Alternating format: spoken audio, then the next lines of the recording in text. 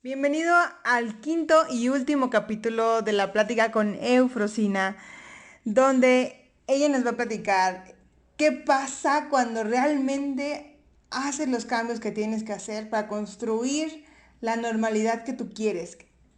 Muchas veces tendrá que ver con romper los paradigmas, pero siempre estás en el lugar correcto.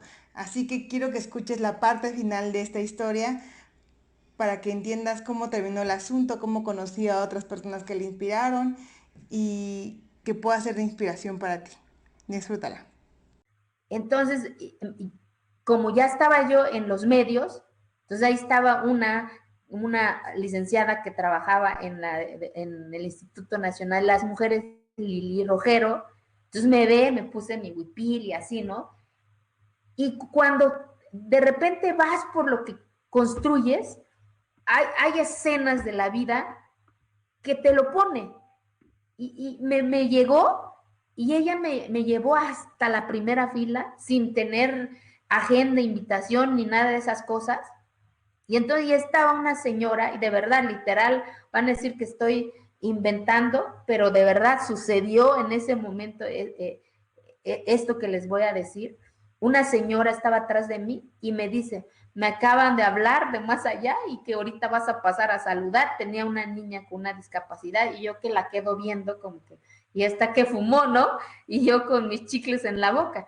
Y anuncian que llega el presidente, cuento más rápido, y la pantallota, y llega donde estaba yo, y lo único que pudo salir de mis labios era, señor presidente, yo soy Eufrosina, y me dice, tú eres la famosísima Eufrosina, le digo, y no sé si soy famosa, lo único que quiero es que nos ayude. No te preocupes, dice. Eran las palabras que a lo mejor mis oídos estaban esperando. Se sube, se hace todo el show, ¿no?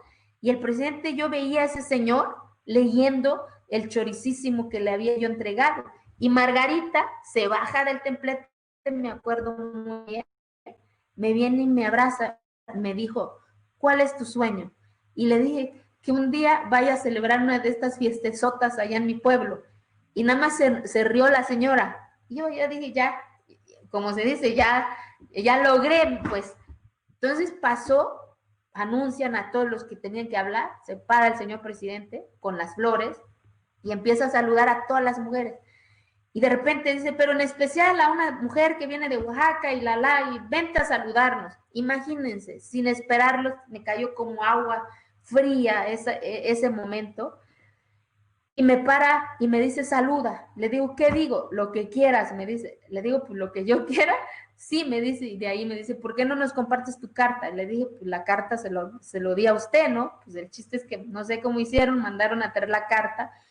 A lo que quiero llegar es que cuando alguien está dispuesto a abrazarte con responsabilidad, lo hace, pero tú buscas esas alianzas, buscas esos espacios, porque si no, nadie te lo va a dar. O sea, yo tuve que buscar ese espacio. Y 2 años después, les quiero contar, por primera vez, Margarita estaba en mi montaña celebrando un 8 de marzo, por primera vez 10 mujeres de mi pueblo entramos al Palacio Municipal de nosotras. Ese año las mujeres de mi pueblo pudieron ejercer su derecho a votar y ser votadas. Hoy en mi pueblo la mitad de mujeres son del cabildo y la mitad son mujeres, son hombres. Hoy el partido de básquetbol, las niñas juegan el mismo premio y los hombres también. Hoy en una fiesta llegas y ya nadie se sienta en el piso, o si quieren sentar en el piso, ellas, todas revueltas, imagínense. Imagínense la escena que yo vi de niña, donde las mujeres teníamos que sentarnos en el piso con nuestras niñas, con las niñas, y los hombres con los niños. Y hoy ver la escena todo mezclado, y no se acabó nuestra identidad, y no se acabó nuestra costumbre. Sigo hablando mi lengua, sigo haciendo mi mayordomía, amo ir a Kegolani. Lo que se logró es esta conjunción en donde hombres y mujeres estemos conviviendo, en donde estas niñas que yo vi, yo, Frosina, veía, o alguna vez me senté con mi mamá. Hoy las niñas ya no, hoy las niñas se sientan en la mesa al lado de su papá, al lado de donde ellas quieran. Eso es lo que se construye cuando rompemos los paradigmas. Pero nadie lo va a hacer. No estuviera yo hoy hablando de una reforma a la Constitución de mi estado, no estuviera yo hablando de que tuve la posibilidad de ser la primera mujer presidenta del Congreso, también con mucho dolor, no es fácil. De repente llegas en estos espacios, en un espacio que se supone que tiene que ser para los hombres, un espacio en donde se tiene que ser para los hijos de, un espacio donde se tiene que ser de apellidos.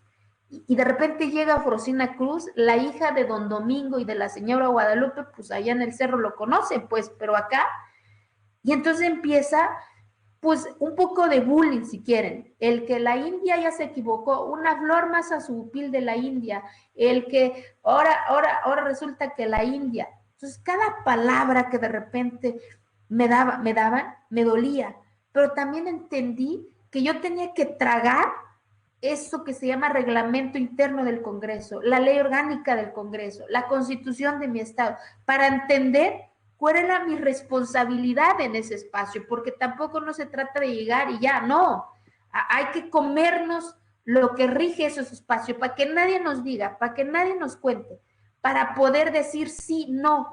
Entonces empecé a entender de decir, a ver, ¿cuáles son mis facultades para este espacio?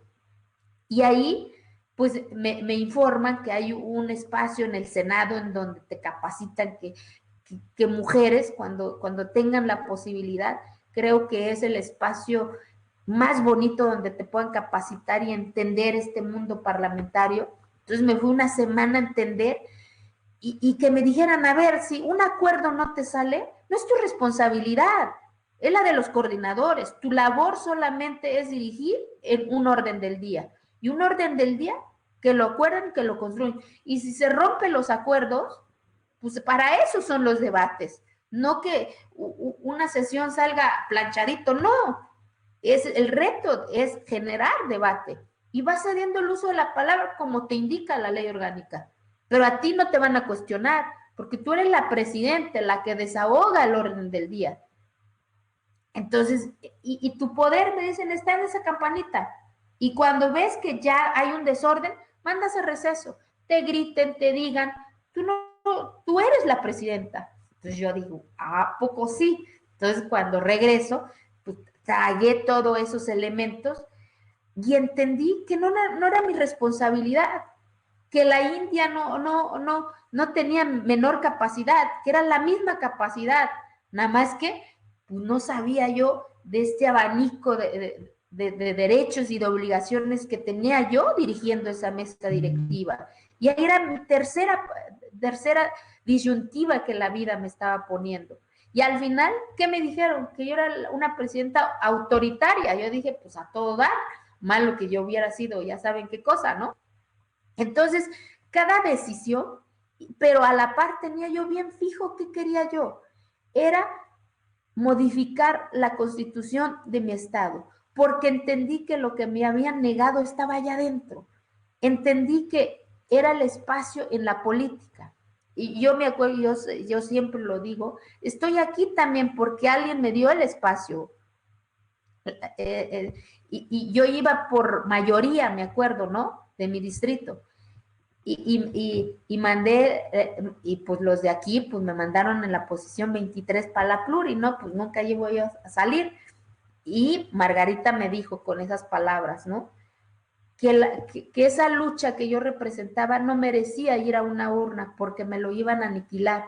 Y por eso salí por la vía de la circunscripción.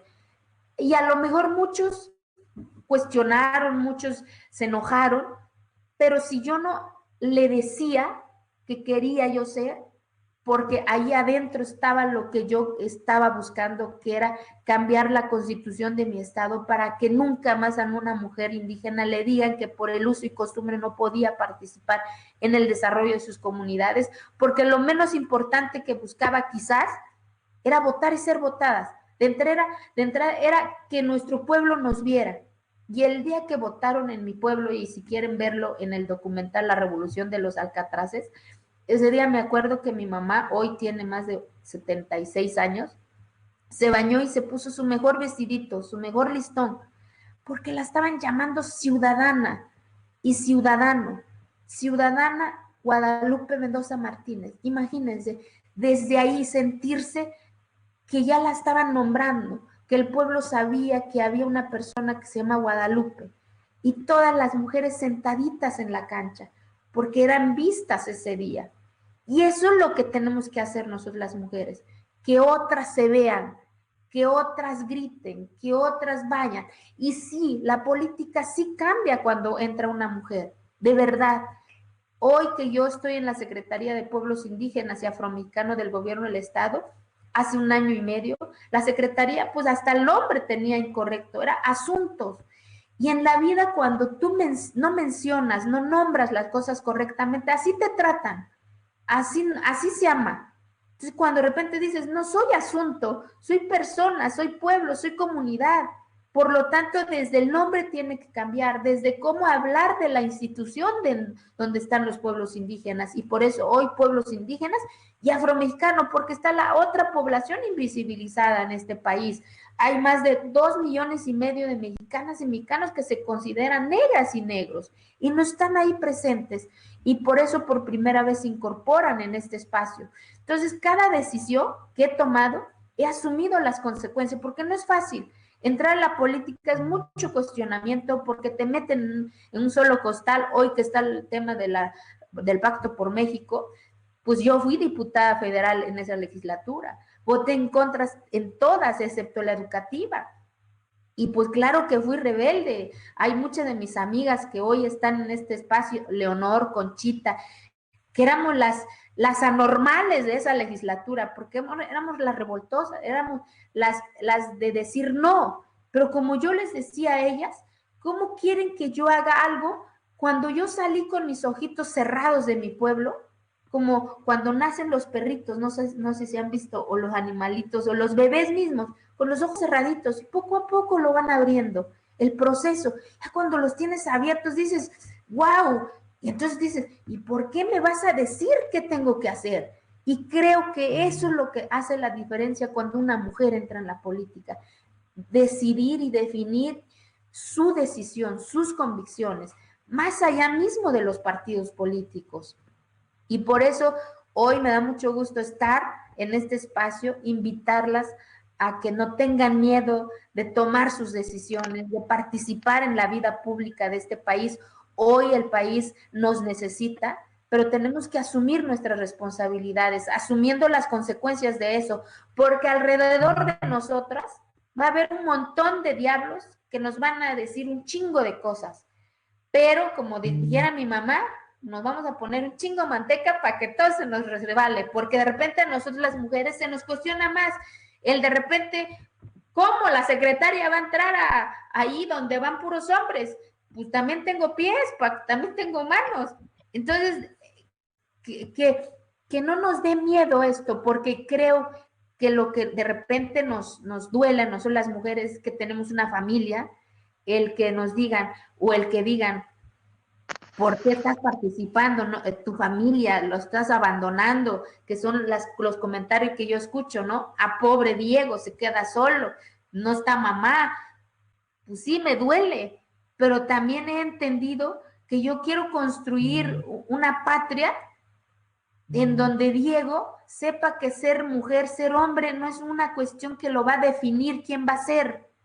Yo quiero que sepa Diego que vive en un país en donde va a ir por sus oportunidades y que mamá trató de construir las mínimas para cuando tome su decisión no le duela tanto, pero no por ser niño, sino que por ser humano, porque al final del día el cerebro no tiene sexo, no tiene color, y eso es lo que quiero que construyamos las mujeres.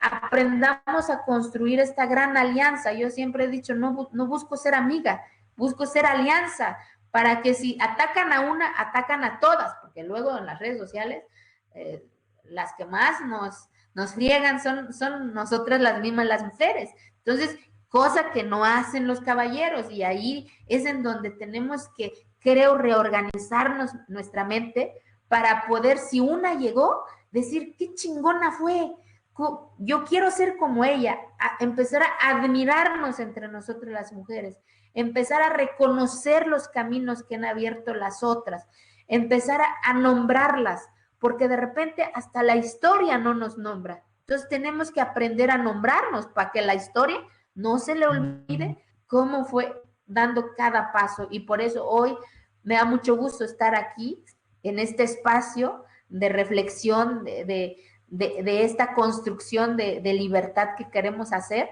y que vayamos por esos espacios, porque nadie nos lo va a dar si estamos diciendo, es que yo lo merezco. No, hay que decirlo, pues, para que nos lo den, pues, o para sentar en la mesa de acuerdos, mínimo.